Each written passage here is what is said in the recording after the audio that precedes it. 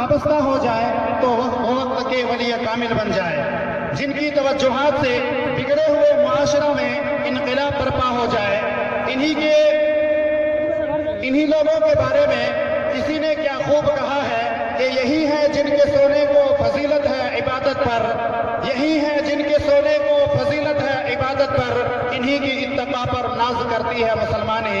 اس سے میری مراد خطیب ہندوستان حضرت العلامہ مولانا و مفتی سعد النجیب صاحب امام و خطیب جامع مسجد منگل بازار ہے۔ میں نہایت ادب و احترام سے درخواست کرتا ہوں کہ حضرت والا تشریف لائے اور اپنے مواعظ حسنہ سے اس جمع غفیر کے تشنگی کو بجھائے۔ اس شعر کے ساتھ میں انہیں دعوت دیتا ہوں۔ مدتوں میں بھیجتا ہے ساقی ایسا مستانہ، مدتوں میں بھیجتا ہے ساقی ایسا مستانہ، بدل دیتا ہے جو بگڑا ہوا دستور میخانہ۔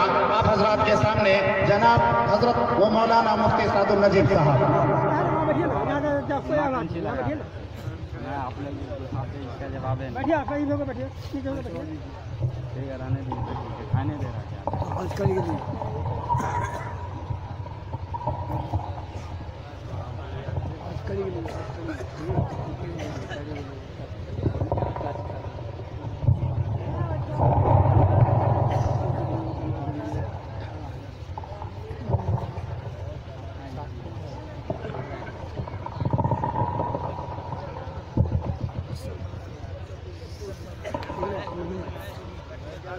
الحمد لله نحمده ونستعينه ونستغفره ونؤمن به ونتوكل عليه ونعوذ بالله من شرور أنفسنا ومن سيئات أعمالنا، من يهده الله فلا مضل له ومن يضلل فلا هادي له، ونشهد أن لا إله إلا الله وحده لا شريك له، ونشهد أن سيدنا ونبينا وحبيبنا وشفيعنا وسندنا وإمامنا ومولانا محمدا عبده ورسوله صلى الله عليه وعلى آله وصحبه وبارك وسلم تسليما كثيرا كثيرا. أما بعد فأعوذ بالله من الشيطان الرجيم. بسم الله الرحمن الرحيم. يا أيها الذين آمنوا استعينوا بالصبر والصلاة إن الله مع الصابرين. صدق الله مولانا العظيم. وقال النبي صلى الله عليه وسلم أقرب ما يكون العبد من ربه إذا كان ساجدا، أو كما قال عليه الصلاة والسلام. سبحان الله وبحمده، سبحان الله العظيم وبحمده أستغفر الله. صلى الله على سيدنا محمد صلى الله عليه وسلم. اللهم صل على سيدنا محمد، يا رب صل عليه وسلم. تعریف اس خدا کی جس نے جہاں بنایا، کیسی زمین بنائی، کیا آسماں بنایا. سورج سے ہم نے پائی گرمی بھی، روشنی بھی، کیا خوب چشمتوں نے اے مہرباں بنایا. کیسی زمین بنائی، کیا آسماں بنایا. تعریف اس خدا کی جس نے جہاں بنایا. ضعیفہ نے کہا بیٹا بھلا کیا نام ہے تیرا، تیرا آغاز کیا ہے اور کیا انجام ہے تیرا. کہا حضرت نے بڑھیا سے تجھے کیا نام بتلاؤں، تجھے کیا کام بتلاؤں، تجھے کیا انجام بتلاؤں. میں بندہ ہوں خدا کا اور رسول اس کا ہوں، کہا گردن جھکا کر آپ نے میں ہی محمد ہوں. الحمدللہ. الحمدللہ آپ لوگ بڑی دیر سے جلسہ سن رہے ہیں اور آپ نے ابھی تک جلسے کو زندہ رکھا ہے. اللہ آپ کے ضمیر کو بھی زندہ فرمائے. قبولیت کی گھڑی ہے اور قبولیت کا وقت ہے اور ہم نے محنت کی ہے, مزدوری لینی باقی ہے. دعا کر کے ہمیں مزدوری لے کر یہاں سے جلسے سے جانا ہے. تو دعا فرمائیے اللہ ہماری مزدوری کو بھی قبول فرمائے, ہماری دعا کو جلسے کے ختم پر قبول فرمائے, ہمارے حق میں خیر کے فیصلے فرمائے. میں دیکھ رہا ہوں کہ جلسہ بڑا زندہ ہے اور زندہ دلی سے یہ جلسہ ہو رہا ہے, اور کیوں نہ ہو, کیونکہ مدرسے کا جلسہ ہے, مدرسے کی نسبت پر یہ جلسہ ہو رہا ہے اور سارے علاقے کے لوگ ایک جگہ جمع ہیں. اس کے لیے آپ لوگ قابل مبارکباد ہیں کہ سونے کا وقت تھا, ٹھنڈی رات تھی, آپ نے اپنی نیند کو قربان کر کے جلسے کو جلسہ بنائے رکھا. اللہ عمر بھر کے لیے اس جلسے کو قبول فرما کر کے ہم سب کے لیے کفارہ بنا دے. میں دیکھنا چاہتا ہوں کہ آپ لوگ جلسے میں کتنے بیدار ہیں, میں دیکھنا چاہتا ہوں. میرا پہلا سوال ہے کہ بتائیے وہ کون سی چیز ہے, مرد تو اس کو چھپاتا ہے لیکن عورت اس کو دکھاتی ہے. پہلا سوال, وہ کون سی چیز ہے, مرد اس کو چھپاتا ہے اور عورت اس کو دکھاتی ہے. یہ پہلا سوال ہے. اور دوسرا سوال آپ سے کرنے کے لیے جا رہے ہیں, بتائیے وہ کون سا پھل ہے جو میٹھا تو ہے لیکن بکتا نہیں ہے. وہ کون سا پھل ہے جو میٹھا تو ہے لیکن بکتا نہیں. یہ دوسرا سوال ہے. تیسرا سوال آپ سے کرنے کے لیے جا رہے ہیں, وہ کون سا پھل ہے جو کچے میں میٹھا لگتا ہے اور پکنے کے بعد کھٹا ہوتا ہے.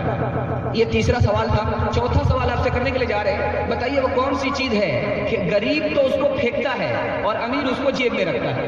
امیر تو جیب میں رکھتا ہے, غریب اس کو پھینکتا ہے. اور پانچواں سوال آپ سے کرنے کے لیے جا رہے ہیں, بتائیے وہ کون سی جگہ ہے جہاں امیر غریب دونوں کٹورا لے کر کے کھڑے ہوتے ہیں. پانچواں سوال ہے کہ امیر غریب دونوں کٹورا لے کر کے کھڑے ہوتے ہیں. اور ایک سوال اور آپ سے کرنے کے لیے جا رہے ہیں, چھٹا سوال, وہ کون سی چیز ہے جو دھوپ میں سوکھتی نہیں ہے. دھوپ میں سوکھتی نہیں ہے, وہ کون سی چیز ہے.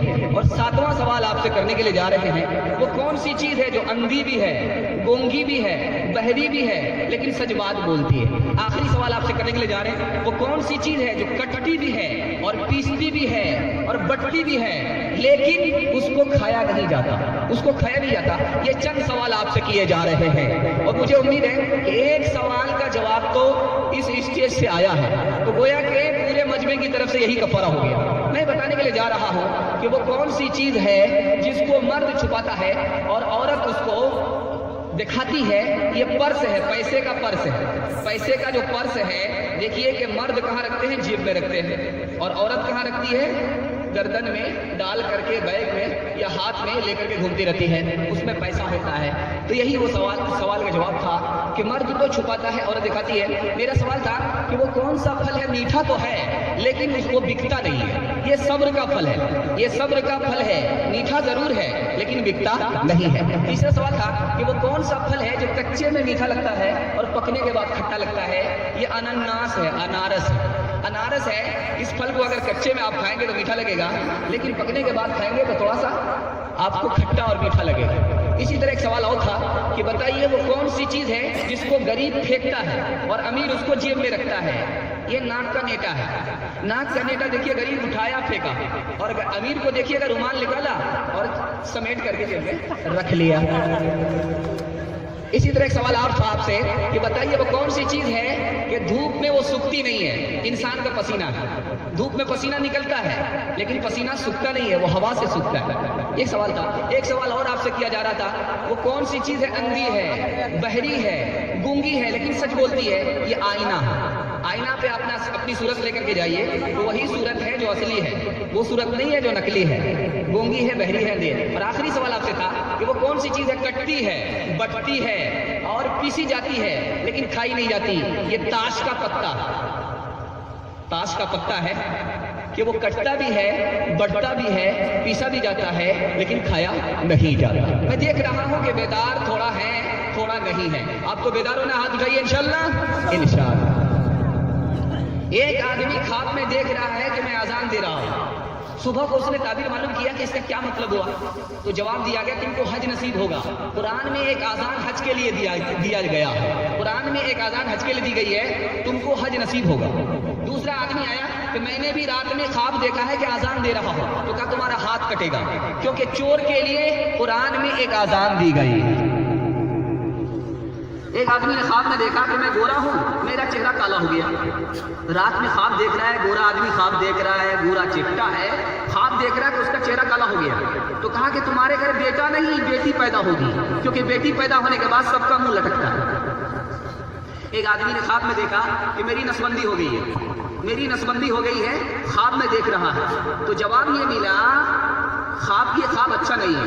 یاد رکھیے نسبندی کوئی اچھا عمل نہیں ہے، اس کا خواب بھی اچھا نہیں ہے، اس کی تعبیر بھی اچھی نہیں ہے۔ خواب اگر دیکھیں تو اس کی تعبیر بھی اچھی نہیں ہے۔ انشاءاللہ نسبندی اور آپریشن سے ہمارا سامان پاک ہوگا، انشاءاللہ نسبندی اور آپریشن نہیں ہوگا۔ تو لکھا ہے کہ خواب دیکھا کہ میری نسبندی ہو گئی ہے، اس کا جواب دیا تمہاری بیوی کو طلاق ہوگی، تمہارے بچے تم سے جدا ہوں گے، تمہاری موت ہوگی، بچے بھی تم سے جدا ہوں گے، تم بھی بچے سے جدا ہوگے، اور تمہاری لاش خاک میں مل جائے گی۔ اتفاق سے ایسا ہوا کہ اس کا دریا کا سفر تھا، سفر سے پہلے بیوی سے طلاق ہوا، بیوی کو طلاق دے دیا، سفر شروع کیا تو دریا میں کشتی ڈوب گئی، مر گیا، بچے سے جدا ہو گیا، اور نسبندی کے راستے کو مچھلی نے کھا لیا۔ ابھی غنیمت ہے صبر میرا، ابھی لبالب بھرا نہیں ہوں، وہ مجھ کو مردہ سمجھ رہا ہے،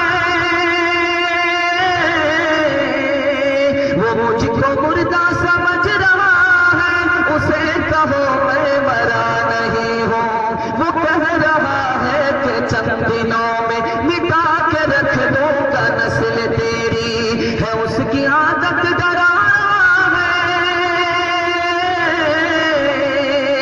اس کی عادت ڈرا رہا ہے میری فطرت ڈرا نہیں ہو، ہے میری فطرت ڈرا نہیں ہو۔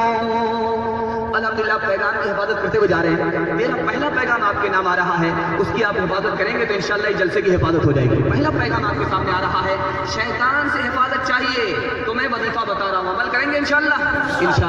شیطان دو طرح کا ہوتا ہے، ایک انسان، کبھی کبھی شیطان بھی سچ بول دیتا ہے۔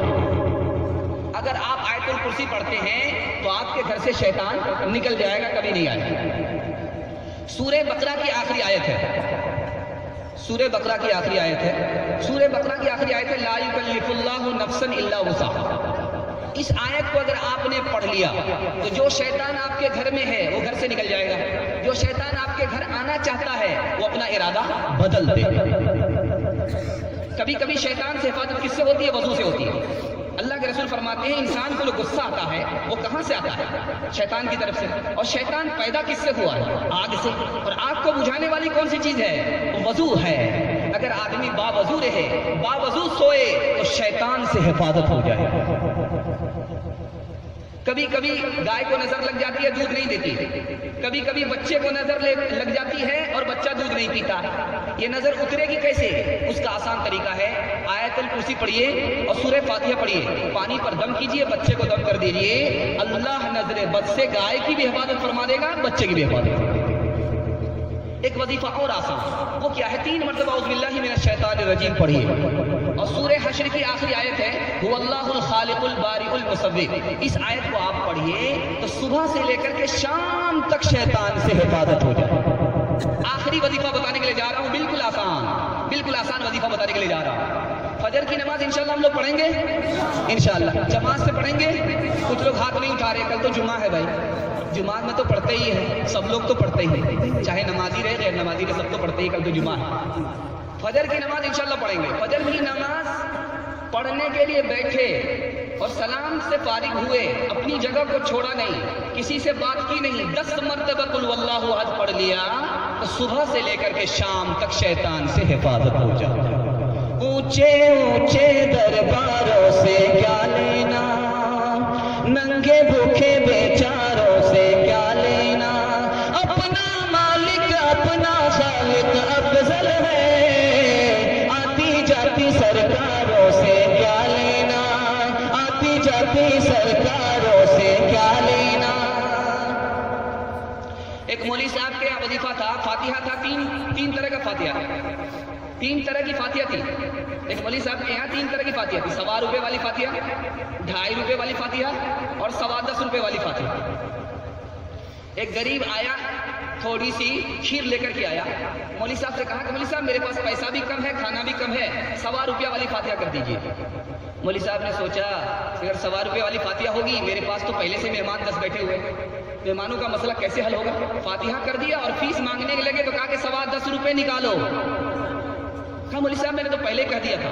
کہا کہ بھلائی اسی میں ہے کہ نکالو ورنہ تمہاری فاتحہ کی میں ناس نکال دوں گا. اس نے کہا کہ مولوی صاحب ناس نکالو گے؟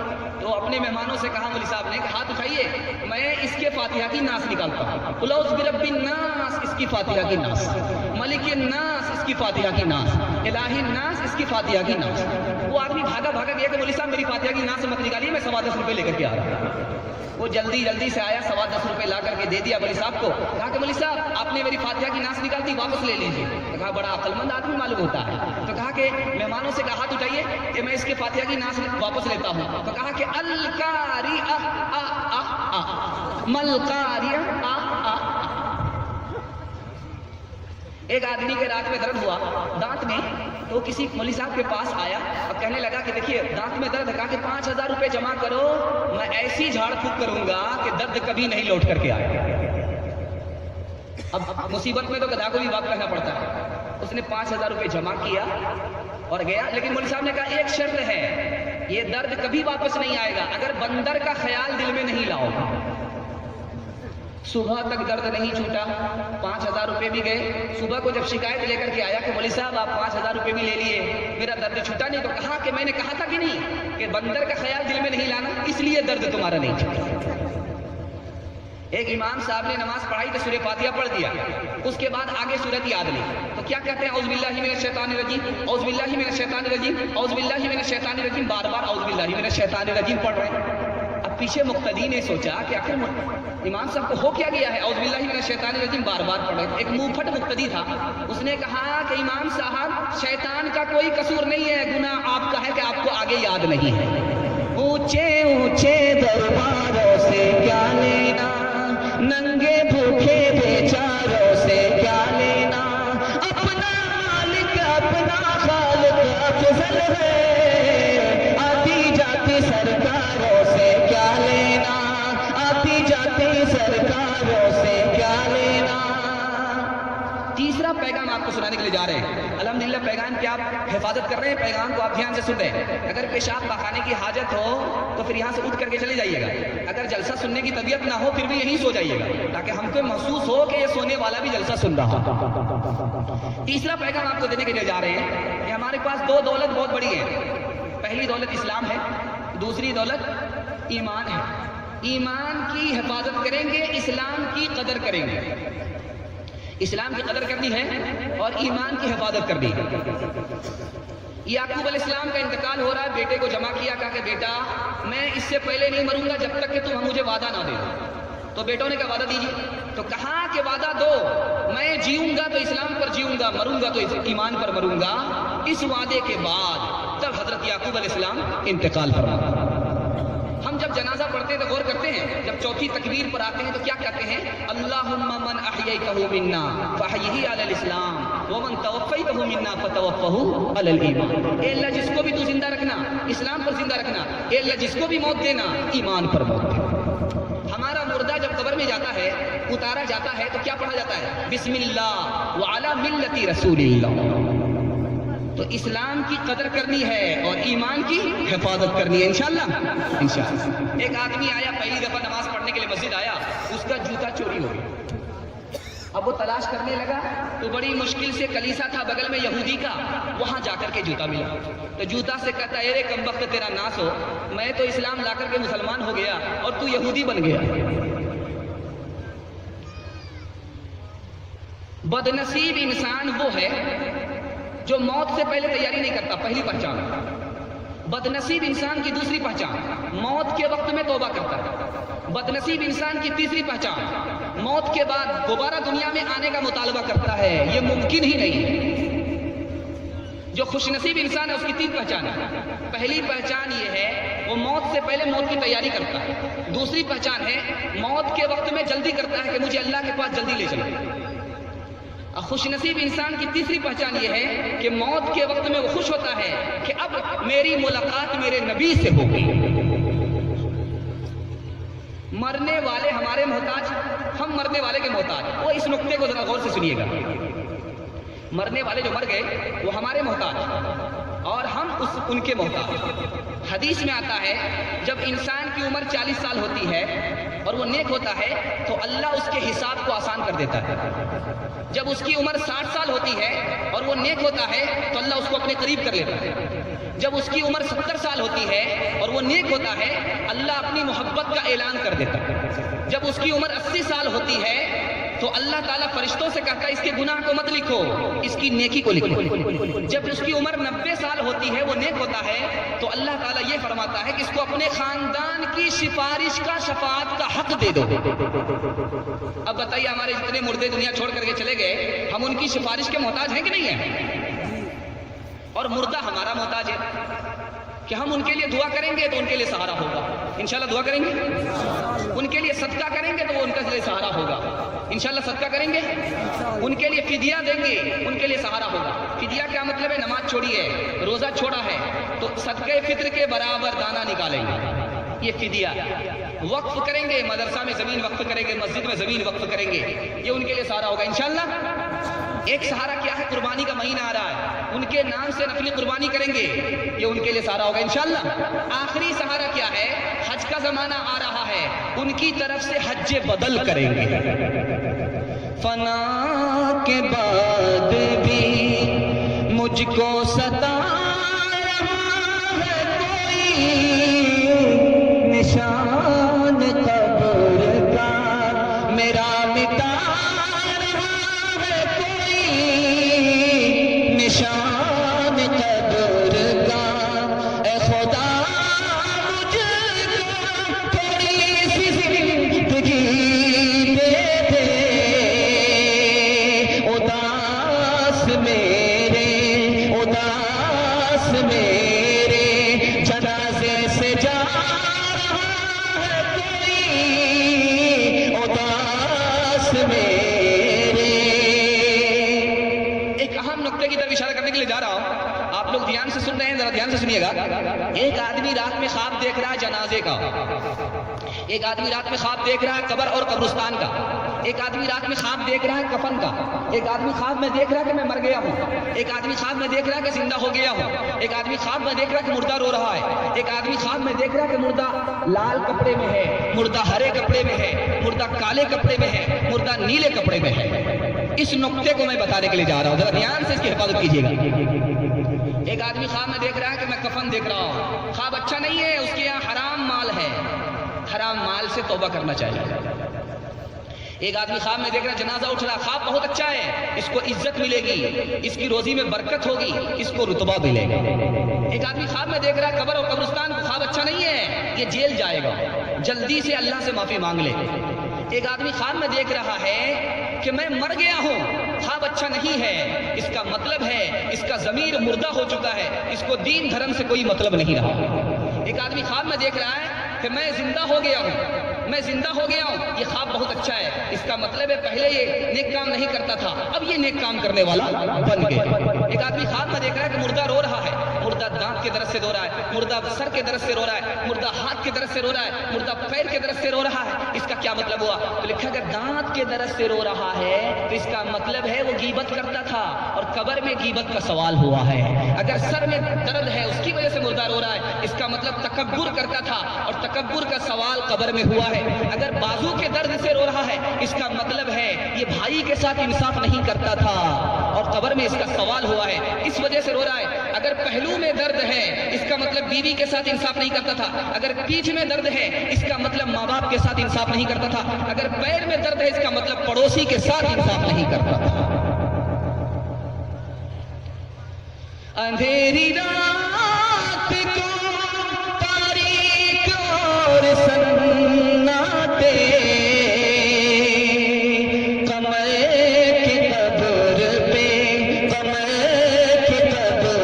پہ آنسو بہا رہا ہے کوئی فنا کے بعد بھی.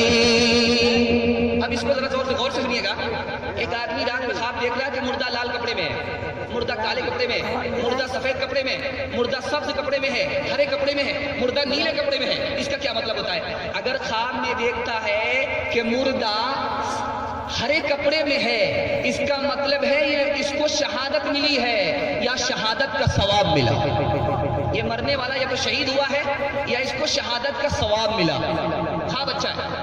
اگر مردے کو دیکھا سفید کپڑے میں تو اس کا مطلب ہے اللہ نے مردے کی مغفرت فرما دیا ہے، خواب اچھا ہے۔ اگر مردے کو دیکھ رہا ہے کالے کپڑے میں، لال کپڑے میں، اس کا مطلب ہے خواب اچھا نہیں ہے، مردے کا معاملہ نازک ہے اور خواب دیکھنے والا مصیبت میں گرفتار ہوگا۔ جس نے مردے کو دیکھا کہ پیلے کپڑے میں ہے، نیلے کپڑے میں ہے، اس کا مطلب ہے یہ مردے سے جھگڑا کرتا تھا اور مردہ حق پر تھا اور یہ باطل پر تھا۔ امیر کا بیٹا غریب کا بیٹا دونوں قبرستان پہنچے تو امیر کا بیٹا کہتا ہے غریب کے بیٹے سے، دیکھو یہ قبر میرے باپ کی ہے اور اس پر سنگ مرمر ہے، اور ایک تمہارے باپ کی قبر ہے وہ گھاس پھوس ہے، قبر سے پتہ چلتا ہے کہ میں امیر باپ کا بیٹا ہوں، یہ امیر باپ کی قبر ہے، اور قبر سے پتہ چلتا ہے کہ تیرا باپ غریب تھا، یہ غریب کی قبر ہے۔ تو لطائف الاولیاء میں لکھا ہے کہ اس غریب کے بیٹے نے کیا جواب دیا، وہ جواب میں سنانے کے لیے جا رہا ہوں جس کو کتاب میں جگہ دی گئی ہے۔ جس جواب کو کتاب میں جگہ دیا گیا ہے اس میں کیا لکھا ہے کہ غریب کے بیٹے نے کہا بات تو صحیح ہے، لیکن جب قیامت قائم ہوگی، قبر کھلے گی تو میرا باپ تو جلدی سے مٹی جھاڑ کر کے جنت میں پہنچ جائے گا اور تمہارا باپ پتھر ہی ہٹاتا رہے گا۔ مخمل پہ سونے والے مٹی پہ سو رہے ہیں، شاہوں گدا یہاں پر سب ایک ہو رہے ہیں، دونوں ہوئے برابر، دونوں ہوئے برابر، یہ موت کا اثر ہے، منزل تیری قبر ہے۔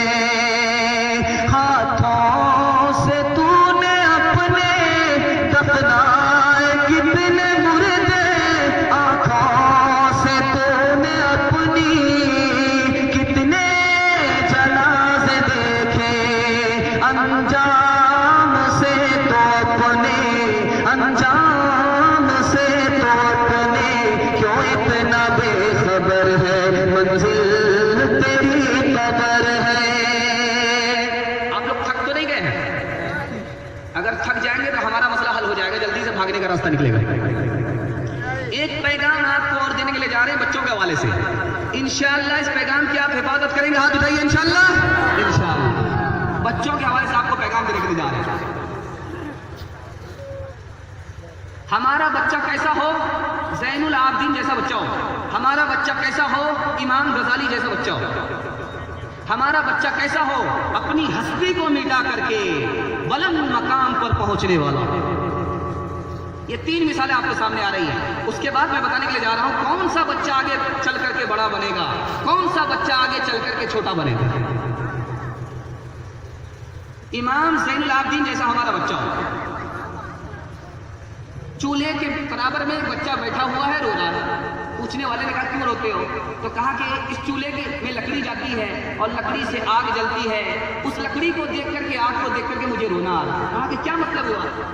تو کہا مطلب یہ ہے کہ میں بچہ ہوں، چھوٹی چھوٹی لکڑی چولہے میں جیسے جاتی ہے، کہیں اللہ تعالیٰ جہنم کو سلگانے کے لیے بچوں سے آغاز نہ فرما۔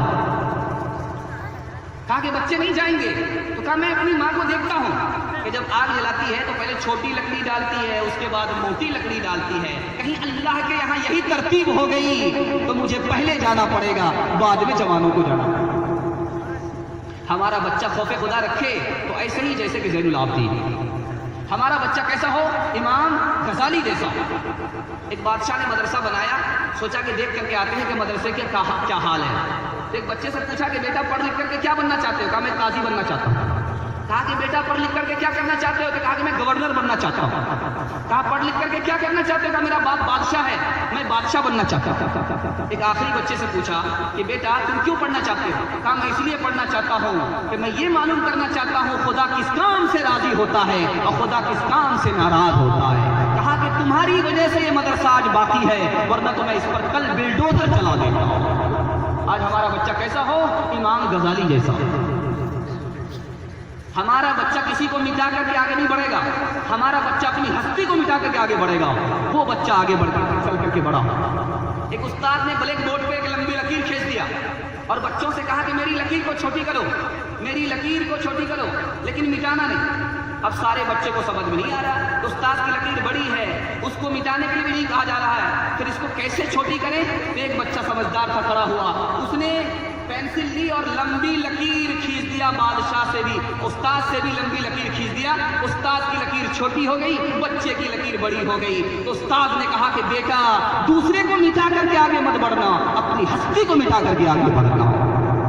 اے میرے ننھے گلفاں میری نیندیں تیرے نام، تیرا بچپن پاک رہے، تیرا بچپن پاک رہے، مجھ پہ تو ہے سو الزام۔ اے میرے ننھے گلفاں میری نیندیں تیرے نام۔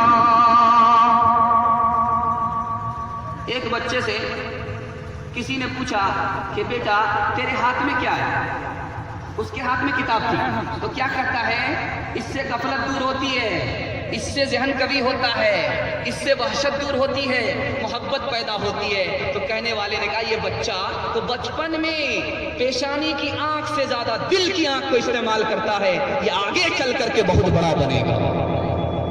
ایک بچہ گدھے پر بیٹھا ہوا تھا، دوسرے کا گدھا تھا، گدھا والا جب آیا تو کہا کہ میرے گدھے پر بغیر اجازت کے کیسے بیٹھ گیا؟ تو بچہ کیا کہتا ہے کہ میں گدھے پر اس لیے بیٹھ گیا تاکہ آپ کا گدھا بھاگے نہیں اور آپ کے جانور کی حفاظت ہو جائے۔ ہاں یہ بچہ بڑا ہوشیار ہے، آگے چل کر کے بہت بڑے بنے گا، آگے چل کر کے وہ بچہ گورنر بنتا ہے۔ ایک بچے سے کسی نے پوچھا میں تیرا باپ بن جاؤں تو خوش ہے؟ تو بچہ کیا کہتا ہے تو میری ماں بن جائے میں اس سے خوش ہوں، باپ بن جانے سے خوش نہیں۔ ایک بچہ بڑوں کے ساتھ کھانا کھا رہا تھا اور رو رہا تھا، تو لوگوں نے پوچھا کہ بچے کیوں روتا ہے، کھانا سامنے ہے کیوں روتا ہے؟ کہا کھانا گرم ہے اس لیے روتا ہوں۔ کہا تھوڑی دیر صبر کر لے پھر کھانا کھا لینا ٹھنڈا ہو جائے گا۔ تو کہا کہ تھوڑی دیر صبر کروں گا تو سارا کھانا تم ہی کھا جاؤ گا، ہمارے حصے میں کچھ نہیں رہے۔ کہا یہ چل کر کے آگے بہت ہوشیار بنے گا۔ دو چودھری صاحب بیٹھ کر کے حقہ پی رہے تھے، تو بچے کو شرارت سوجی، بچہ آ کر کے سامنے چودھری صاحب سے کہہ رہا ہے چودھری صاحب صرف حقہ پیتے رہو گے یا دین کا بھی کام کرو گے، دینداری بھی رکھتے ہو؟ تو کہا سوال کرو، کچھ بھی پوچھ سکتے ہو۔ تو بچے نے کہا کہ یہ بتاؤ غسل میں کتنے فرائض ہیں؟ تو چودھری نے سوچ کر کے کہا 10 فرائض۔ تو بچہ ہنسنے لگا، تو چودھری کو اندازہ ہو گیا کم بتایا اس لیے بچہ ہنس رہا، تو کہتا کہ 15 فرائض ہیں، اور بچہ اور ہنسنے لگا۔ تو دوسرے چودھری نے کونی مار کر کے کہا رے کیوں بچہ کے سامنے بیوقوف بن رہے ہو، 3 بتا دو 3 بتا دو۔ تو چودھری کہتے ہیں کہ یہ 10 تو ماننے کے لیے تیار نہیں، یہ 15 تو ماننے کے لیے تیار ہے، تیرا باپ کیا 3 کو مانے؟ کس کا پڑا تجھ پہ سایہ، کس نے رستہ دکھلایا، کون تجھے اس گھر میں لایا، کون تجھے اس گھر میں لایا، یہ گھر ہے رسوا بدنام۔ اے میرے ننھے گلفام ان گلیوں کی قسمت ہے، ان گلیوں کی قسمت ہے، ٹوٹے گجرے جھوٹے جام۔ اے میرے ننھے گلفام۔ انشاءاللہ 4 کام کریں گے، ہاتھ اٹھائیے انشاءاللہ۔ پہلا کام باپ کو نیک بننا پڑے گا، انشاءاللہ نیک بنیں گے۔ ماں کو نیک بننا پڑے گا، ماں انشاءاللہ نیک بنے گی۔ بچے کو وقت پر تعلیم کے لیے بھیجنا پڑے گا، یہ تیسرا کام۔ چوتھا کام بچے کو غلط ماحول سے بچانا پڑے گا۔ زخمی سازوں کی جھنکار، گھائل گیتوں کی گنجار، دکھتے من کی چیخ و پکار، دکھتے من کی چیخ و پکار، عیاشوں کے کھیل کا نام۔ اے میرے ننھے گلفام ان کوچوں میں ہوتا ہے، ان کوچوں میں ہوتا ہے انسانوں کا قتل عام۔ اے میرے ننھے گلفام۔ بچوں کے حوالے سے انشاءاللہ ہمارے پیغام کی آپ حفاظت کریں گے، بچیوں کے حوالے سے ہماری اپنی ذمہ داری ہے اس کو انشاءاللہ پوری کریں گے انشاءاللہ۔ میں بہت جلدی بچی کے حوالے سے آپ کو پیغام دینے کے لیے جا رہا ہوں۔ مجھے امید ہے کہ وہ لوگ جنہوں نے لڑکوں کا پیغام سنا ہے وہ لڑکیوں کے حوالے سے پیغام سن کر کے جائیں گے انشاءاللہ۔ ہماری بہن ہو تو کیسی ہو، ہماری بیٹی ہو تو کیسی ہو، ہماری ماں ہو تو کیسی ہو، اور ہماری بیوی ہو تو کیسی ہو، اس پیغام کو ذرا دھیان سے سن کر کے جائیے۔ یہاں تو اللہ الحمدللہ مجھے بہت خوشی ہوئی کہ یہاں مردوں سے زیادہ عورتوں کا زیادہ مجمع ہے، عورتوں کا مجمع زیادہ ہے، مجمع کو بڑھایا جا رہا ہے، پنڈال کو بڑھایا جا رہا ہے، پنڈال سال کو بڑھایا جا رہا ہے، مجھے بہت خوشی ہے، لیکن وقت زیادہ ہو گیا ہے، ہو سکتا ہے کہ عورتوں کا مجمع چھٹ گیا ہو، لیکن جو بھی ہے آپ مرد حضرات تو ہیں، کسی کے بیٹے ہیں یا کسی کے باپ ہیں یا کسی کے شوہر ہیں یا کسی کے بھائی ہیں، آپ اپنی ذمہ داری بہن کی، بیوی کی، ماں کی اور بیٹی کی انشاءاللہ پوری کریں گے، انشاءاللہ۔ ہماری بیٹی ہو تو کیسی ہو، ہماری بہن ہو تو کیسی ہو، ہماری ماں ہو تو کیسی ہو اور ہماری بیوی ہو تو کیسی ہو۔ بہت مختصر میں، بہت لمبا آپ کا میرا پیغام نہیں ہوتا ہے، بہت چھوٹا ہوگا اور اب وقت موٹا کرنے کا ہے بھی نہیں۔ ہماری بیٹی ہو تو کیسی ہو، ایک ایک لائن کا پیغام سنیے۔ ہماری بیٹی ایسی ہو جیسے نبی صلی اللہ علیہ وسلم کی بیٹی فاطمہ تھی۔ کیسی تھی؟ اللہ کے رسول فرماتے ہیں، اے فاطمہ اگر تم نے چوری کی ہوتی تو میں تیرے ہاتھ کاٹ ڈالتا۔ اگر بیٹی غلطی کرے تو باپ کو لاٹھی اٹھانی پڑے گی، باپ کو سختی کرنی پڑے گی۔ جب بیٹی ٹھیک ٹھاک چل رہی ہے تو نرمی، بیٹی غلط راستے پر جا رہی ہے تو سختی۔ تو انشاءاللہ ہماری بیٹی بھی کیسی بنے گی؟ فاطمہ جیسی بیٹی بنے گی۔ ہماری بیٹی ہو تو کیسی ہو؟ ابو بکر صدیق کی بیٹی ہو۔ نبی کا سر حضرت عائشہ کی گود میں ہے، ابو بکر صدیق کی بیٹی کی گود میں ہے۔ ہار ان کا ٹوٹ گیا ہے، کہیں کھو گیا ہے، لوگ تلاش کر رہے ہیں۔ وضو کا پانی ختم ہو گیا، ابھی تیمم کا مسئلہ نہیں آیا تھا، لوگ پریشان۔ ابو بکر سے آ کر کے شکایت کی، تیری بیٹی کے چکر میں، تیری بیٹی کے ہار کے چکر میں ہم لوگوں کی نماز کا نقصان ہو رہا ہے۔ ابو بکر صدیق رضی اللہ تعالیٰ عنہ مارے غصے آتے ہیں اور اپنی بیٹی کو گھوسا مارنا شروع کیا، جبکہ نبی کا سر بیٹی کی گود میں ہے، لیکن بیٹی کی تنبیہ اور اس کو ادب کے، ان کے ادب کے لیے گھوسا مار رہے ہیں۔ اسی تربیت کا نتیجہ تھا کہ 2210 حدیثوں کو زبانی یاد کر کے امت کو پہنچایا۔ آج ہماری بیٹی کیسی ہو؟ ابو بکر جیسی بیٹی ہو۔ ٹھیک ٹھاک چل رہی ہے تو نرمی کرنا ہے، اگر غلط راستے پر جا رہی ہے سختی کرنی ہے۔ ہماری بیٹی کیسی ہو؟ عمر کی بیٹی ہو۔ ایک بار نبی صلی اللہ علیہ وسلم نے عمر کی بیٹی کو طلاق دے دیا۔ حضرت عمر ہاتھ جوڑ کر کے کھڑے ہو گئے، میری بیٹی کی غلطی ہے، میں معافی مانگتا ہوں، میری بیٹی کو واپس کر لیجیے۔ حضرت جبریل آئے، کہا کہ اللہ یہ فرماتا ہے عمر کا لحاظ کر کے ان کی بیٹی کو واپس لے لیجئے، معاف کر دیجئے۔ اللہ کے رسول نے معاف کر دیا، واپس لے لیا۔ بیٹی کے پاس آ کر کے کیا کہتے ہیں؟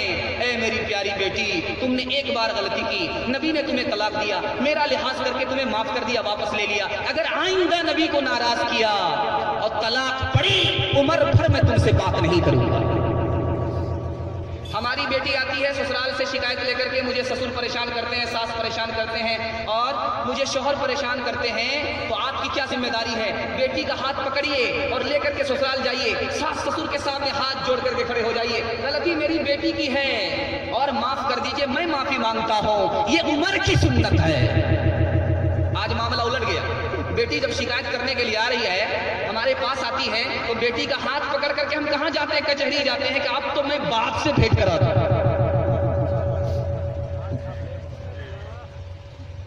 ہماری بیٹی ہو تو کیسی ہو؟ عبداللہ بن مسعود جیسی بیٹی ہو۔ عبداللہ بن مسعود رضی اللہ عنہ کے پاس سرکاری وظیفہ آیا، ریلیف کا مال آیا، تو کیا کہا؟ مجھے ضرورت نہیں ہے، میں تو انتقال کر رہا ہوں۔ کہا کہ آپ کو ضرورت نہیں ہے، آپ کی بیٹی کو تو ضرورت ہے۔ کہا میں نے اپنی بیٹی سے کہہ دیا ہے کہ بیٹی ہر رات میں سورہ واقعہ کی تلاوت کرنا، میری بیٹی کو بھی سرکاری وظیفے کی ضرورت نہیں ہے۔ اللہ کے رسول کا وعدہ ہے، ہماری بیٹی اگر ہر رات سورہ واقعہ کی تلاوت کرے گی تو میری بیٹی کے یہاں قیامت تک کبھی فاقہ نہیں آئے گا۔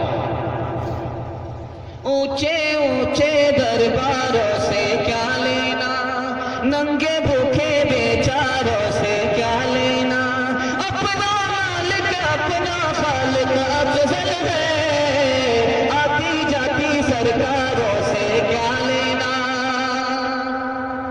ایک باندھی تھی، راجا کا بستر لگاتی تھی، اوپر پھول سجاتی تھی، خوشبودار بستر ہوتا تھا اور راجا اس پر سوتا تھا۔ ایک دن اتفاق سے لڑکی کے دل میں خیال آیا کہ اتنا خوبصورت بستر، پھول والا بستر، خوشبودار بستر، اس کا مزہ کیا ہے؟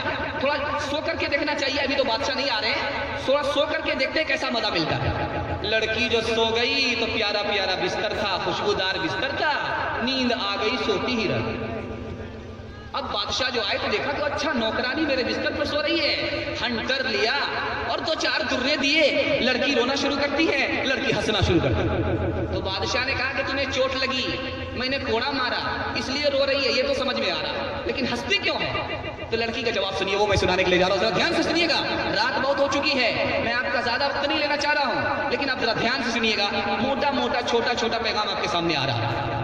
تو لڑکی کا جواب سنیے کیا کہتی ہے، مجھے ہنسنا اس لیے آ رہا ہے، میں 2-4 گھنٹے کے لیے سو گئی تو مجھے اتنے کوڑے پڑے، اور تم تو عمر بھر اس پر سوتے ہوئے آ رہے ہو، نماز سے کوئی مطلب نہیں، روزہ سے کوئی مطلب نہیں، تو اللہ تمہیں کتنے کوڑے مارے گا۔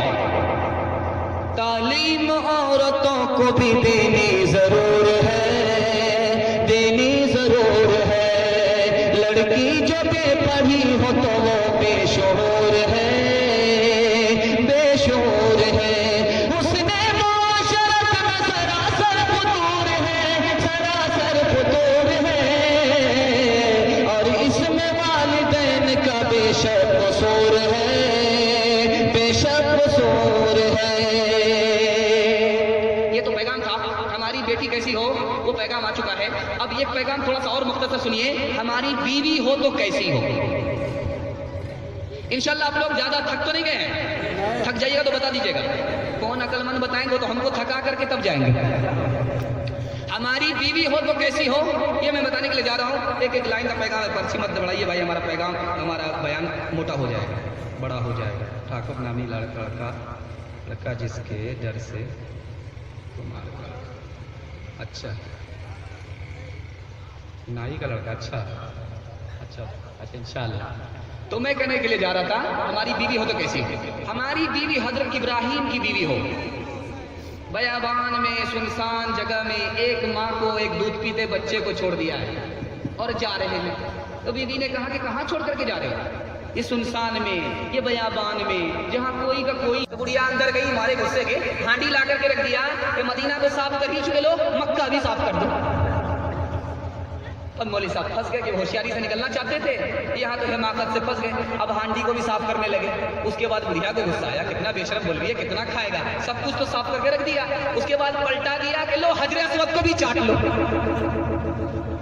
یہی مائیں تھی جن کی گود میں اسلام پلتا تھا، یہی مائیں تھی جن کی گود میں اسلام پلتا تھا، یہی مائیں تھی جن کی گود میں اسلام پلتا تھا، اسی غیرت سے انسان اور کے سانچے میں ڈھلتا تھا۔ یہ ماں کے حوالے سے پیغام تھا۔ اب آخری پیغام مستورات کے حوالے سے آ رہا ہے، ہماری بہن ہو تو کیسی ہو، ذرا دھیان سے سنیے گا۔ ہماری بہن کیسی ہو، عمر جیسی بہن ہو۔ ہماری بہن کیسی ہو، عدی بن حاتم جیسی بہن ہو۔ عمر مسلمان نہیں ہے، بہن مسلمان ہو گئی۔ کسی نے کہہ دیا کہ ارے تو اب کہاں کس محمد کی دشمنی میں پڑا ہوا ہے، بہن تمہاری مسلمان ہو گئی، ذرا خبر تو لے لو۔ بہن کے یہاں آئے تو دیکھا قرآن کی تلاوت کر رہی ہے، غصہ آیا کہ میں مسلمان نہیں، یہ مسلمان ہو گئی، اتنا مارا کہ لہو لہان کر دیا۔ بہن کہتی ہے عمر تو کیا کر سکتا ہے کہ جان لے سکتا ہے، میں جان دے سکتی ہوں لیکن اپنے ایمان کا سودا نہیں کر سکتا۔ عمر کا غصہ ٹھنڈا ہو گیا، کہا کہ اچھا سناؤ کیا سنا رہی تھی، کیا پڑھ رہی تھی؟ کہا کہ تم ناپاک ہو، پہلے غسل کر کے آؤ، پاک ہو جاؤ، پھر میں پاک قرآن تمہیں سناتی ہوں۔ تو پتھر دل پسیج گیا، یہ وہ بہن تھی جو بھائی کی ہدایت کا ذریعہ بن گئی۔ آپ نے حاتم طائی کا نام سنا ہے؟ حاتم طائی بہت بڑا سخی انسان تھا، لیکن عیسائی تھا، مسلمان نہیں تھا، انتقال ہو گیا۔ اللہ کے رسول صلی اللہ علیہ وسلم نے اس کے قبیلے میں فوج کو بھیجا، اور فوج نے حملہ کیا، ان کی بیٹی پکڑ کر کے آ گئی، بیٹی پکڑی گئی، بیٹا بھاگ گیا۔ جب نبی صلی اللہ علیہ وسلم گزرے تو دیکھا حاتم طائی کی بیٹی نے دیکھا نبی صلی اللہ علیہ وسلم گزر رہے، تو کیا کہتی ہے، یا رسول اللہ آپ نے مجھے نہیں پہچانا، میں حاتم طائی کی بیٹی ہوں، میرا باپ بڑا سخی تھا، گزر گیا، اس کا سہارا ٹوٹ گیا، میرا بھائی جو زندہ تھا وہ مجھے چھوڑ کر کے چلا گیا، میں بے سہارا ہوں، آپ مجھ پر سہارا کیجئے، رحم کیجئے، اللہ آپ پر رحم کرے گا۔ اللہ کے رسول صلی اللہ علیہ وسلم سنتے ہی اپنی کملی اتار کر کے دے دیتے ہیں کہ بیٹی سے دوپٹہ بنا لو۔ اعتراض کرنے والے نے کیا کہ کافر کی بیٹی کو آپ نے دوپٹہ دے دیا، کملی دے دیا، تو کیا کہتے ہیں یہ بیٹی میرے لیے ایسی ہی ہے جیسے فاطمہ۔ اسے واپس کر دیا۔ جب وہ واپس گئی تو بھائی سے کہتی ہے بدقسمت انسان، نبی کے اخلاق کتنے بلند ہیں، دوڑ کر کے جاؤ ان کے قدموں میں، ڈال کر کے اسلام قبول کر لو۔ اگر وہ نبی ہیں تو ہر قدم پر تمہیں ثواب ملے گا، اگر وہ بادشاہ ہے تمہیں ہمیشہ کے لیے عزت مل جائے گی۔ یہ وہ بہن تھی جو بھائی کی ہدایت کا ذریعہ بن گئی. آج بہن کیسی ہو؟ جو بھائی کی ہدایت کا ذریعہ بن گئی. ایک نقطے کی بات اور سنیے گا. حجاج بن یوسف کے دربار میں ایک لڑکی آئی, روتی ہوئی عورت آئی. کہا کہ میرے 3 آدمیوں کو تم نے پکڑا ہے, میرا بیٹا ہے, میرا شوہر ہے, میرا بھائی ہے, تینوں کو چھوڑ دو. حجاج بن یوسف کہتا ہے میرے یہ پکے کٹر دشمن ہیں, کٹر دشمن ہے, میں چھوڑ نہیں سکتا. تمہارے لیے 1 آدمی کو چھوڑ سکتا ہوں, باقی 2 کو پھانسی دوں گا. 2 کو پھانسی دوں گا, 1 کو چھوڑوں گا. اب تمہاری مرضی ہے, جس کو چھوڑاؤ. تو عورت نے سوچ کر کے کہا میرے بھائی کو چھوڑ دو. بیٹے کو پھانسی ہو گئی, شوہر کو پھانسی ہو گئی. حجاج بن یوسف نے تعجب سے پوچھا کتنی پاگل عورت ہے, بیٹا کو نہیں بچایا, شوہر کو نہیں بچایا, بھائی کو بچا لیا. تو عورت کا جواب سنیے, وہ میں سنانے کے لیے جا رہا ہوں. کیا جواب دیتی ہے؟ میں جوان ہوں, میں شادی کر لوں گی, مجھے شوہر مل جائے گا.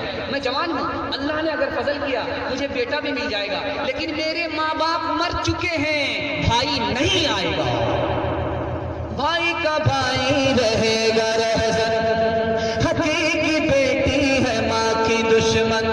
پسر نے چھوڑا پیدر کا دامن, پسر نے چھوڑا پیدر کا دامن. بہن کو بھائی ستا رہا ہے, بہن کو بھائی ستا رہا ہے. خبر حدیثوں میں جس کی آئی وہی زمانہ جا رہا ہے. زمین بھی تیور بدل رہی ہے, زمین بھی تیور بدل رہی ہے. فلک بھی آنکھیں دکھا رہا ہے, فلک بھی آنکھیں دکھا رہا ہے. ایک بات سچائی کے ساتھ آپ لوگ بولیے, آپ لوگ تھک تو نہیں چکے ہیں, تھک تو نہیں گئے ہیں؟ نہیں تھکے دونوں ہاتھ اٹھائیے. تو دونوں ہاتھ اٹھا دیے ہیں. تو میں آپ کو ایک پیغام اور سنانے لے جا رہا ہوں. بھائی بھائی مل جل کر کے محبت سے زندگی گزاریں گے انشاءاللہ, انشاءاللہ. پڑوسی کا جھگڑا ختم کریں گے, بھائی بھائی کا اختلاف ختم کریں گے, مسلک کا اختلاف ختم کریں گے, اور پارٹی کا اختلاف ختم کریں گے, سیاست کا اختلاف ختم کریں گے انشاءاللہ. سارے اختلاف ختم کر کے بھائی بھائی بن کر کے زندگی گزار دیں انشاءاللہ, انشاءاللہ. میں پہلی حدیث سنانے کے لیے جا رہا ہوں. اللہ کے رسول فرماتے ہیں کسی غریب مسلمان کے لیے اگر کوئی اٹھے گا, اسے رات بھر تہجد پڑھنے والے کے برابر ثواب ملے گا. کسی غریب مسلمان کی مدد کے لیے کوئی اٹھے گا, اسے جہاد میں جانے کے برابر ثواب ہوگا. کسی مسلمان کی مدد کے لیے کوئی اٹھے گا, اسے دن بھر روزہ رکھنے والے کے برابر ثواب ملے گا. فرمایا ایک مسلمان کا دوسرے مسلمان سے کیسا رشتہ ہے؟ جیسے ہاتھ کا پاؤں سے ہے. پاؤں میں درد ہو تو ہاتھ کو تڑپنا پڑتا ہے کہ نہیں پڑتا؟ ایک مسلمان کا دوسرے مسلمان سے کیسا رشتہ؟ جیسے دانت کا سر سے, اگر دانت میں درد ہو تو سر کو تڑپنا پڑتا ہے کہ نہیں پڑتا ہے؟ ایک مسلمان کا دوسرے مسلمان سے کیسا رشتہ ہے؟ تو کہا جیسے دیوار کا چھت کا رشتہ ہے. دیوار کے بغیر چھت نہیں, چھت کے بغیر دیوار نہیں. اللہ کے رسول فرماتے ہیں اپنے بھائی کی مدد کرو, چاہے وہ ظالم ہو چاہے وہ مظلوم ہو. تو کہا کہ مظلوم کی تو مدد سمجھ میں آتی ہے, ظالم کی مدد کیسے کریں؟ کہا کہ ظلم کرنے سے اس کا ہاتھ روک دو, یہ ظالم کی مدد ہے. اللہ کے رسول فرماتے ہیں کہ پتہ ہے کہ ایمان والا کون ہے, کس کے پاس ایمان ہے, اس کی کیا پہچان ہے؟ تو کہا اپنے لیے نفع پسند کرے تو اپنے بھائی کے لیے بھی نفع پسند کرے, یہ پکا مسلمان ہے. جو اپنے لیے نفع پسند کر رہا ہے, اپنے بھائی کے لیے نفع پسند کر رہا ہے, یہ پکا مسلمان ہے. حدیث میں آتا ہے کہ 3 دن اگر کسی سے کوئی بات نہیں کر رہا ہے, سلام بھی نہیں ہے, دعا بھی نہیں ہے, نہ خوشی میں شریک ہے, نہ غم میں شریک ہے, اس کا منہ ادھر ہے, اس کا منہ ادھر ہے, بھائی بھائی سے بات چیت نہیں ہے, نہ یہ گنہگار نہ وہ گنہگار. 3 دن کے اندر کیوں اس کو بھی غصہ ہے, اس کو بھی غصہ ہے, اور 3 دن کے اندر غصہ معاف ہے, نہ یہ گنہگار نہ وہ گنہگار. اگر 3 دن سے زیادہ ہو گئے, یہ اس سے سلام نہیں کرتا, وہ اس کو جواب نہیں دیتا, یہ اس سے مصافحہ نہیں کرتا, اس کی خیریت نہیں لیتا, تو حدیث میں آتا ہے کہ یہ بھی جہنم میں جائے گا, وہ بھی جہنم میں جائے گا. اب غصہ نہیں ہے, اب کینہ ہے. جس سینے میں کینہ ہوگا وہ جنت نہیں جا سکتا. ایک آدمی کسی کے پاس آیا مدد کے لیے, تو کہتا کہ تم کس منہ سے میرے پاس آئے, تم نے میرے ساتھ ایسا ایسا کیا, تم کس منہ سے میرے پاس آئے؟ وہ کیا جواب دیتا؟ میں اس منہ سے آیا ہوں جس منہ سے میں خدا کے پاس جاؤں گا. ایک آدمی نے اپنے بھائی سے کہا میں ایسا تماچا ماروں گا تمہیں مدینہ پہنچا دوں گا. تو اس کے بھائی نے کہا ایسا کرو بھائی, 1 تماچا کیوں مارو گے, 2 تماچا مارو تاکہ مکہ پہنچ جاؤ, وہاں سے حج کر کے واپس آ جاؤ. کبوتر اور کوا دونوں جال میں پھنس گئے. تو کبوتر رونے لگا تو کوا نے کہا کہ ارے کیوں روتا ہے؟ مقدر میں لکھا ہوا تھا، پھنس گیا، مقدر میں لکھا ہوا تھا، مقدر کے لکھے ہوئے کون مٹاتا ہے؟ تو کبوتر خاموش ہو گیا۔ اب کوا رونے لگا تو کبوتر نے کوے سے کہا ارے نالائق کہیں گا، ابھی تو ہمیں نصیحت کر رہا تھا کہ صبر کرو صبر کرو، مقدر میں لکھا ہوا تھا، اب تو کیوں روتا ہے؟ تو کوا نے پوچھا کہ تو کیوں رو رہا تھا؟ تو کبوتر نے کہا میں تو اس لیے رو رہا ہوں کہ میں حلال ہوں، مجھے ذبح کر کے شکاری کھا جائے گا، اس لیے میں رو رہا تھا، اور تو حرام ہے، تیرا گوشت تو کھائے گا نہیں، تجھے تو کوئی ذبح نہیں کرے گا، تو کیوں رو رہا ہے؟ تو کوا کہتا ہے کہ میں مولوی کے جال میں پھنسا ہوں، وہ حرام کو حلال کرنا جانتا، موت آئی عشق میں تو ہمیں نیند آ گئی، نیند آ گئی، موت آئی عشق میں تو ہمیں نیند آ گئی، نیند آ گئی، نکلی بدن سے جان تو کانٹا نکل گیا، کانٹا نکل گیا، میں خوش ہوا جو اپنے دی مجھ کو گالیا، مجھ کو گالیا، اچھا ہوا بخار تو دل کا نکل گیا، دل کا نکل گیا۔ تو انشاءاللہ معاف کریں گے، بدلہ نہیں لیں گے، سلام کلام دعا سلام جاری رکھیں گے، 3 دن تک ناراضگی رہے گی، 3 دن کے بعد انشاءاللہ سلام کلام جاری رہے گا انشاءاللہ، تو اللہ کی رحمت بھی جاری رہے گی۔ ایک پیغام کو ذرا دھیان سے سن لیے، میں جلدی سے اپنے بیان کو مکمل کرنے جا رہا ہوں، چونکہ میں مجمع میں بے چینی کو دیکھ رہا ہوں، اس سے میں محسوس کرتا ہوں کہ تھک چکا ہے، جب مجمع تھکتا ہے تو مجمع میں بے چینی ہوتی ہے، میں جانتا ہوں، لیکن آپ کا بے چین ہونا بھی صحیح ہے، غلط نہیں ہے، آپ کا بے چین ہونا صحیح ہے، کیونکہ بہت دیر سے آپ بیٹھے ہوئے ہیں، کمر بھی تو تختہ بن چکی ہے، پیٹھ تختہ بن چکی ہے، تو کیوں بے چینی ہوگی؟ میں ایک پیغام آپ کو پوری دیانت کے ساتھ سنانے لے جا رہا ہوں، کہ اس پیغام کو ذرا سن لیجئے، بیداری کے ساتھ سن لیجئے، تاکہ مجمع کے لیے کفارہ بن جائے۔ وہ کیا ہے؟ بھائی چارگی کو پھیلانا ہے، ہندو مسلمان، کہ ہندو الگ ہے مسلمان الگ ہے، انسانیت کا رشتہ دونوں کا ہے، بھائی اور بھائی چارگی کو پھیلانا ہے، ان کو اپنا سگا ماننا ہے، اس کو اجنبی کے ساتھ سب میں کھڑا نہیں کرنا ہے، دونوں مل جل کر کے رہیں گے انشاءاللہ مل جل کر کے رہیں گے انشاءاللہ۔ یہ کیسے ہوگا؟ ایک نمونہ آپ کو دینے کے لیے جا رہا ہوں۔ حضرت امام حسین کے دسترخوان پر شوربہ آیا، شوربہ بھی گرم تھا، سالن بھی گرم تھا، اب غلام نے جیسے ہی رکھا تو جھٹکا لگا، شوربہ چھٹک گیا، کپڑے پر لگا اور بدن بھی جل گیا۔ امام حسین جلالی آدمی تھے، غصہ آیا اور غلام کو بہت ترچھی نگاہ سے دیکھا، غلام سمجھ گیا بہت ماریں گے، تو غلام کیا کہتا ہے؟ وَالْقَاظِمِينَ الْغَيْظَ، اللہ فرماتا ہے غصہ کو پینے والے کو پسند کرتا ہے، قرآن کا جملہ سننا ہی تھا، کیا کہتے ہیں؟ قسم تو غیظی، میں نے اپنا غصہ پی لیا۔ اس کے بعد غلام کیا کہتا ہے؟ والعافین عن الناس، اللہ تو فرماتا ہے کہ اللہ معاف کرنے والے کو پسند کرتا ہے، تو فوراً کیا کہتے ہیں؟ عفوت عنک، میں نے بھی تمہیں معاف کر دیا۔ اس کے بعد غلام کہتا ہے کہ اللہ تو یہ کہتا ہے واللہ یحب المحسنین، اللہ احسان کرنے والے کو پسند کرتا ہے، تو کیا کہتے ہیں؟ میں بھی تمہارے اوپر احسان کرتا ہوں، میں ہمیشہ کے لیے تمہیں آزاد کرتا ہوں۔ ایک آدمی وضو بنا رہے تھے تو دیکھا کیا کہ بچھو ڈوب رہا، تو انگلی لگا دیا، سوچا کہ بچھو جان بچا لے گا، جیسے ہی ہٹا کر کے کنارے رکھا کہ بچھو نے ڈنگ مار دی، رات بھر نیند نہیں آ رہی ہے، تو کہنے والے نے کہا کہ کیوں آپ نے جان بچائی؟ وہ اچھا تھا کہ ڈوب رہا تھا، آپ نے اس کی جان بچائی، اس نے آپ کو ڈنگ مار دیا، اس وجہ سے آپ رات بھر پریشان، آپ نے کیوں اس کی جان بچائی؟ تو کیا کہتے ہیں؟ وہ اپنی عادت سے مجبور تھا، میں اپنی عادت سے مجبور تھا۔ تیسری مثال دینے کے لیے جا رہا ہوں، رات کا وقت ہے، حضرت نبی صلی اللہ علیہ وسلم اپنی بیوی کے بستر پر ہیں، تو حکم ہوتا ہے کہ آپ سو رہے ہیں، یہ شب برات ہے، آپ جاگیے، جنت البقیع میں جائیے، وہاں کے مردوں کے لیے دعا کیجیے۔ چپکے سے اٹھتے ہیں، قام رویدن، بہت آہستہ سے اٹھے، دروازے کو بہت آہستہ سے کھولا، باہر گئے، اندر جب آئے تو دروازے کو آہستہ سے لگایا، اندر داخل ہوئے، آہستہ سے داخل ہوئے، کیوں؟ تو کہا کہ میری بیوی سو رہی ہے، ان کی نیند میں خلل نہ آ جائے۔ آج کیا ہو رہا ہے؟ جلسہ ہو رہا ہے ہمارا، وہ مائک جو اندر کا مائک ہے وہ کم ہے اور باہر کا مائک زیادہ ہے، یعنی جو گھر میں سو رہے ہیں اس کو ہم جلسہ زیادہ سنا رہے ہیں، اور جو یہاں جاگ رہے ہیں ان کے لیے مائک نہیں ہے، جب بھی جلسہ ہو تو مائک اندر ہو، باہر کا مائک نہیں ہونا چاہیے. ہمارے نبی کی یہ سنت نہیں ہے. ہمارے نبی کی سنت کیا تھی؟ چپکے سے نکلے، چپکے سے آئے، دروازہ آہستہ سے لگایا، آہستہ سے بند کیا تاکہ بیوی کی نیند میں خلل نہ آ جائے. نبی صلی اللہ علیہ وسلم ہجرت فرما رہے ہیں، آ گئے کعبے کی چابی لینے کے لیے کہ دروازہ کھولو، میں 2 رکعت نماز پڑھنا چاہتا ہوں. تو جن کے ہاتھ میں چابی تھی وہ اس وقت مسلمان نہیں، تو کہا کہ نہیں دروازہ نہیں کھول سکتا، میں آپ کو اندر داخل ہونے نہیں دے سکتا، میں 2 رکعت نماز پڑھنے کا موقع نہیں دے سکتا. تو فرمایا کہ یاد رکھنا ایک وقت ایسا آئے گا یہ چابی میرے ہاتھ میں ہوگی، جہاں تم کھڑے ہو وہاں میں کھڑا رہوں گا، اور جہاں میں کھڑا ہوں وہاں تم کھڑے رہو گے. تو کیا کہا ہے کہ آئے بڑے بڑے بات بنانے والے چلے گئے. ایک وقت آیا جب مکہ فتح ہو گیا، اللہ کے رسول نے فرمایا کہ چابی والے دربان کو بلاؤ. جب وہ دربار آ گئے تو کہا کہ میں نے کیا کہا تھا کہ ایک وقت آئے گا، وہ وقت آیا کہ نہیں آیا؟ کہا ہاں آ گیا.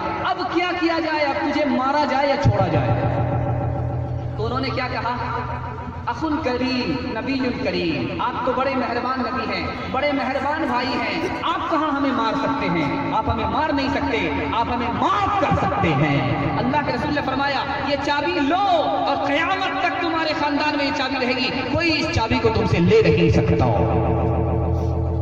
کون کیا سوچتا رہتا ہے میرے بارے میں، کون کیا سوچتا رہتا ہے میرے بارے میں، یہ خیالات ہی ہمسائے سے ڈر لگتا ہے. ایک نئے خوف کا ماحول ہے اب چاروں طرف، اب مجھے شیر نہیں گائے سے ڈر لگتا ہے، اب مجھے شیر نہیں گائے سے ڈر لگتا ہے. ایک خان صاحب نے دیکھا تو کوئی غیر مسلم ہندو قبلے کی طرف پیشاب کر رہا ہے، تو خان صاحب نے تلوار نکالی، قبلے کی طرف پیشاب کر رہا ہے، تمہارے ٹکڑے کر دیتا ہوں. اس غیر مسلم نے کہا مجھے معاف کر دو، مجھے معلوم نہیں تھا کہ ادھر قبلہ ہے، مجھے معاف کر دو. خان صاحب نے کہا کہ آئندہ اگر غلطی کی تو سر قلم کر دوں گا. اگلے دن دیکھا کہ اسی جگہ پر وہی خان صاحب جو تلوار لے کر کے کھڑے ہو گئے تھے وہی پیشاب کر رہے ہیں اور قبلے کی طرف پیشاب کر رہے ہیں. اب اس غیر مسلم نے سوچا کہ اچھا پیشاب سے تو فارغ ہو جائے، اس کے بعد پوچھتے ہیں.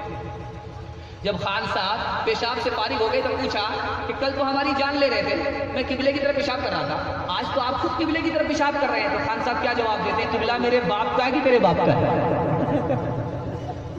کون کیا سوچتا رہتا ہے میرے بارے میں، یہ خیالات ہی ہمسائے سے ڈر لگتا ہے. ایک نئے خوف کا ماحول ہے اب چاروں طرف، اب مجھے شیر نہیں گائے سے ڈر لگتا ہے. ایک پیغام میں آپ کو سنانے کے لیے جا رہا ہوں.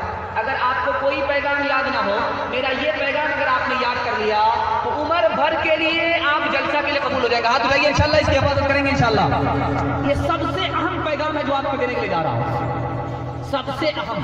اگر کوئی یاد ہو یا نہ ہو، اگر آپ نے اس کو یاد کر لیا یہ جلسہ ہمیشہ کے لیے آپ کے حق میں قبول ہوگا. وہ پیغام کیا ہے؟